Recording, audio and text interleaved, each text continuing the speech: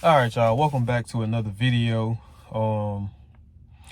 Like I say, I never really plan out any of these videos. I just kind of speak on whatever it is at that current moment, particularly that's bothering me, and I kind of just, elaborate based off of that topic. So in today's video, I'm going to talk about a big contributing factor into the problems of the world today, honestly, is if you ask me, it goes down to one thing, and that simply comes down to lack of leadership, lack of leaders, right? So let me break it down to you, right? So a lot of times, leadership traits start at the household. So it starts, so you have a kid, right? A kid is born into whatever family he's born into. So normally, obviously it's going to be a man and a woman, traditionally, if that's how that's how it's supposed to be, and that's how it needs to be. But, a lot of today's, it goes against traditional values. And I think that's what leads to a lot of the problems, obviously. But if, when you have a kid, you're born into a two-parent household, right? And when you're born into that household, your parents usually give you the discipline, the structure, the guidance, the leaderships. You know what I mean? Because it's like the things that you don't know a lot of times was never taught to you in your household. So if you don't know nothing about how to, if you don't know nothing about credit, 9 times out of 10, credit wasn't taught to you. If you don't know how to properly engage with the opposite sex, whether it's a man or woman, whether it's a woman and man, 9 times out of 10, it was never taught to you. If you don't know how to solve any other problems outside of violence, then 9 times out of 10, it wasn't taught to you. So the home life actually plays a big part into a kid's life. And if you don't have nobody to tell you, don't fall into peer pressure, son or daughter, be a leader, not a follower. Speak out against wrong. You see a kid being picked on for no reason, speak out against it. Stick up for the kid. Don't contribute to the pick, or don't laugh, because you might think, well, I'm not the one picking at him, I'm just laughing. But at the same time, he's listening to him picking, but he's looking and hearing all of you guys laughing. So in a sense, all of you guys are at cahoots at that point. You know what I mean? And even if you can't physically do anything, go tell the teacher, hey, teacher, this kid right here is being picked on every day. They're not letting them breathe. They're not letting them live. They giving them a hard time every day. You know what I mean? But that's technically the lack of leadership. What your uncles will say: don't snitch, don't cry, don't, all that type of bull, that bubble gum bullshit that they try to hit you with and say that that's what a man does. And half of the motherfuckers that's explaining to you what a so-called man does, they don't even display the actual traits of what an actual man really does. So it's like this, right? I'm a sports type of guy. Obviously, you see I got a New Orleans Saints jersey on. This is a Michael Thomas jersey, and if you're a Saints fan, this jersey was bought 3 years ago. After he had that 2019 season campaign, this jersey was bought then. The reason why I'm wearing this jersey now is I wear this shit to work because I don't mind getting dirty in it, and I ain't gonna burn. My stepdad bought me this, so I ain't finna burn $100 of a jersey. No, I'm just gonna use that motherfucker, and I'm gonna work in it and treat the jersey just like him, like shit. So, but you look at, I got a question for some of you guys. Why is it that the New England Patriots under Belichick, why is it that Andy Reid with Kansas City, why is it that Sean McVay with LA Rams, I'm trying to think of some more people, man. I'm trying to think of some more too. Who else? Sean Payton with the Saints. If you get one, Nick Saban with Alabama, the Harbaugh brothers, with the Ravens and with Michigan. I really can't. I always get them guys confused, so I ain't gonna say their first name. I'm just gonna say the Harbaugh brothers. But if you understand Mike Tomlin, I can't forget about Mike Tomlin either. Yeah. So, but if you look at, if you know, right? And some of you guys are probably wondering, why did you just name all these names? Okay, I named all these names to just show you what a successful organization looks like, right? Now, granted, not all of them have 7 Super Bowl rings like the New England Patriots. Obviously, yeah, that just ain't the reality. But a lot of these people that I named have winning seasons under their belts. And why is that? Because it starts with the leadership, right? I was looking at a Chad Ochocinco, Chad Johnson, whatever y'all want to call him, interview, and he was talking about his time with the Patriots, and he was just talking about how everything was regiment oriented, how everything was structured, and it was a Patriot way. That's what the title is called, the Patriot way of doing things, because everything was done in this specific way to emulate these levels of results over the course of 10 plus years, right? So he was saying one of the things that stood out to him was his first day in the meeting with the Patriots. Bill Belichick, they in I guess an offensive meeting. Bill Belichick tears into Tom Brady, getting on Brady ass. So, Chad Johnson looking like, hold up. If he talking to Tom Brady like this, I don't have no room to fuck up. I don't have no room to come in here being lazy. I don't have no room to come in here being ungrateful, because if he's treating this dude right here like this and this dude is getting them this results, he's basically saying no one is bigger than the program. So you got the program and everybody else fall in line under the program. It ain't no Brady, then the program, and then everybody else. No, it's program and then everything else. And Brady falls under everything else that falls together with the program, right? So I get to that point to get to that, to say this. It's all about leadership, right? You have coaches that don't take their best players and put them over every other player on the team, because it's more than just that one player, right? So let's just take that to a job. Whether you working at your job and you got your big boss it's like, say for instance, if you work like me, you work in a retail, you know what I mean? That's how I can best use the analogy. I work in retail, right? So with where I work at a store called Lowe's. Obviously, you guys are familiar with it, I'm assuming so. So with Lowe's, if anybody know, you got district managers, where you got the CEO, then you got district managers, then you got store manager with district store managers, then you got store manager, then you got ASMs, then you got DSs, which are department supervisors, and then you got the regular CSA. So it's levels down. Everything is coming from a chain of command, right? So a good store manager will do this. Okay, cool. So a good store manager is going to be observant. And I'm going to see, okay, let's just say I got 10 DSs, hypothetically speaking.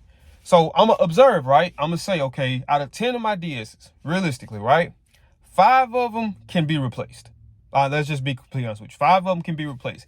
The other 5, you got 3 that's, okay, they decent. You can deal with them. And then you got 2 that's phenomenal. That's like, hey, man, we need to find a way to get these guys promoted. So out of 10, you got 2 that's really superb, right? So the thing is to not take the work that's supposed to be, that these 5 individuals here are supposed to be working on, and just because they're not getting you the results, or just because they're not doing what you tell them to do or getting it done in a timely manner, and these 2 over here are doing their job and they're exceeding, don't take stuff from here and continuously pile up on them. You know what I mean? Because that's not helping us if only 2 people know the ins and outs of this store. So what happens when one of those 2 people decide to quit? What happens if one of those 2 people decide they want to step down and go part-time? What happens if one of those 2 people get sick and be gone? What happens if something happens and those people have to leave? Now the results leave because those were the 2 that was based on it, right? So my thing is this is how I would approach that. So like I say, I'm observing it, right? I'm seeing I got 10 DSs. I have 10 DSs, 10 managers, right? So this is what I'm going to do. I'm going to analyze them. Like I said, these 5 right here are garbage. So these 5 are the 5 that I need to spend my time with. These 5 right here, the 2 phenomenal ones and the 3 okay ones, the 3 okay ones are still levels above the 5 ain't shit ones, the bullshit ones, the sorry ones, right? So my time that I'm spending, it needs to be spent with these 5 here, because if I can get these 5 here, they don't got to be on the level of these 2 as far as excellence, but if I can get them to meet the same standard as okay, that's better for the store. That way I don't have to come in and work hard or run around like a chicken with his head cut off. My ASMs don't have to come in and work hard with it like a chicken with his head cut off. My DSs, the good ones, not all of them, the good ones don't have to come in and work hard and run around like a chicken with their head cut off, because we all have the same mindset and we all have the same list of expectations, right? And accountability. So that's where a lot of it comes into. But it's the leadership that orchestrates and put that routine into play. Like if you look at a lot of the successful successful entities, I'm not talking about no 1 year, man. I'm talking about years of success. I'm telling you, it starts up here. It's important down here, but the down here, because you got to think about it like this, right? Everybody's not meant to be a leader.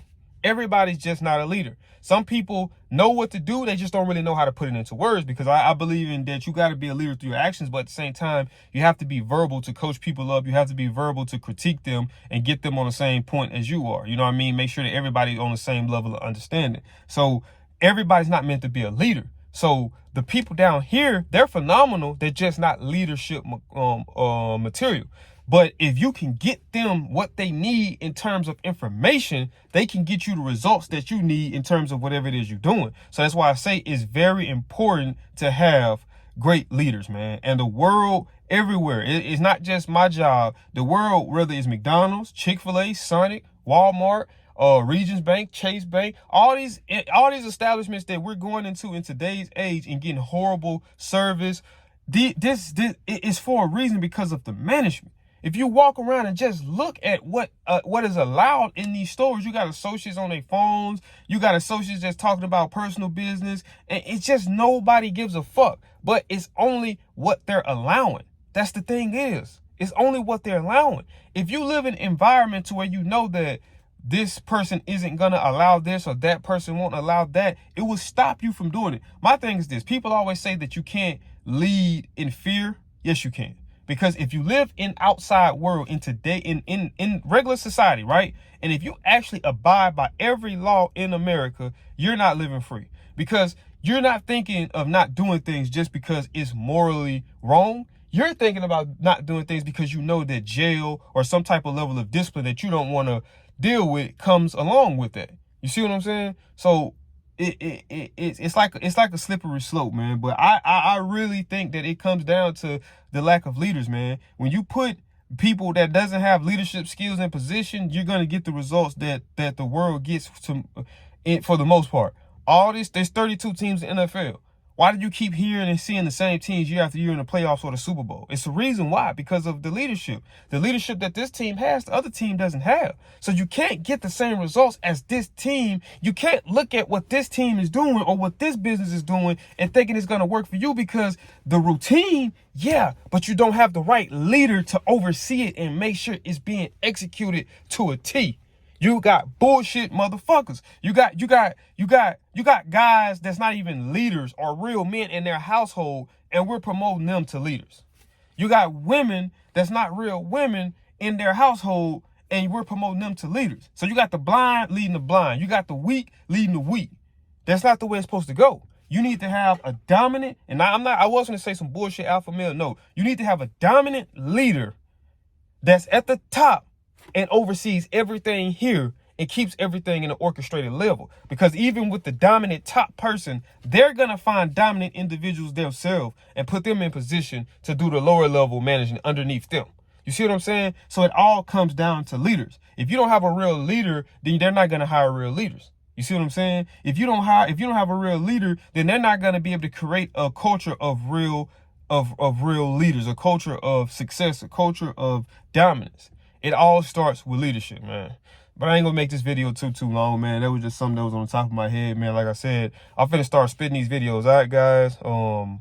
Like I said, I know I'm not getting a whole bunch of views on these videos, man. I got several videos on my channel right now. They got 0 views. But at the end of the day, I know eventually me putting these on the internet, somebody's gonna run across them, man. Somebody really is gonna run across them. So with that being said, man, if you guys did like it, man, hit the like button, subscribe if you're new, man. I got videos dropping. Also, man, if you are interested, man, I want to have debates with you guys. So comment, your point on your point of view on some things. Comment some stuff, some topics that you want me to cover, man. I'm covering a variety range of things. Like you see, I'm just spitting out a whole bunch of different topics, but this is what this channel is going to be for. And I may incorporate some other stuff in there eventually too, but this is mostly what this channel is going to be for. But I'll see you guys in the next video if you show up. Peace.